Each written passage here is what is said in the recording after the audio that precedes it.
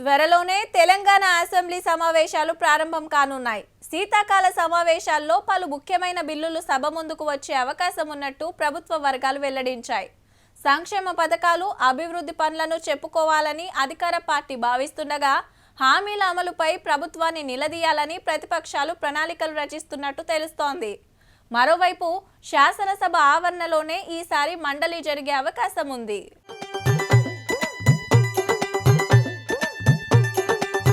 Right, కొత్త శాసన మండలి రెడీ అవుతుంది.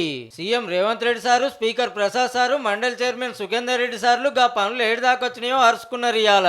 అట్లనేది కొత్త బంగ్లేం కాదు, పాతదే. అప్పట్లో అసెంబ్లీ ఇంట్లోనే నడుస్తుండే. ఇన్ని రోజులు ఉత్తగానే ఉంటే రిపేర్లు చేపించి ఎమ్మెల్సీల కోసం మంచి సవలతులు చేస్తుర్రు. మళ్ళీ ఉన్నది శాసనసభ పక్కకే, అంటే ఎమ్మెల్యేలు ఎమ్మెల్సీలు ఒక్క కాడికి వస్తారు అన్నట్టు. ఇప్పుడేమో శాసనసభ ఈడుంటే శాసన మండలి పబ్లిక్ గార్డెన్లు ఉండే. అసెంబ్లీ నడిచినప్పుడు సీఎం సారు, మంత్రులు ఆడికి ఈడికి తిరుగుడు జరంత తిప్పలయ్యే ముచ్చట్ని. ఇట్లా కాకుండా అందరు ఒక్క కాడనే ఉండాలని ఎమ్మెల్సీలు ఎప్పటికంచో కోరుతుంటే ఇప్పుడు ఓకే అయింది. పార్లమెంట్ లో లోక్సభ, రాజ్యసభ పక్క పక్కకే ఎట్లుంటాయో ఇక మన కాడ శాసనసభ మండలి కూడా గట్ల చూడబోతున్నాం అన్నట్టు.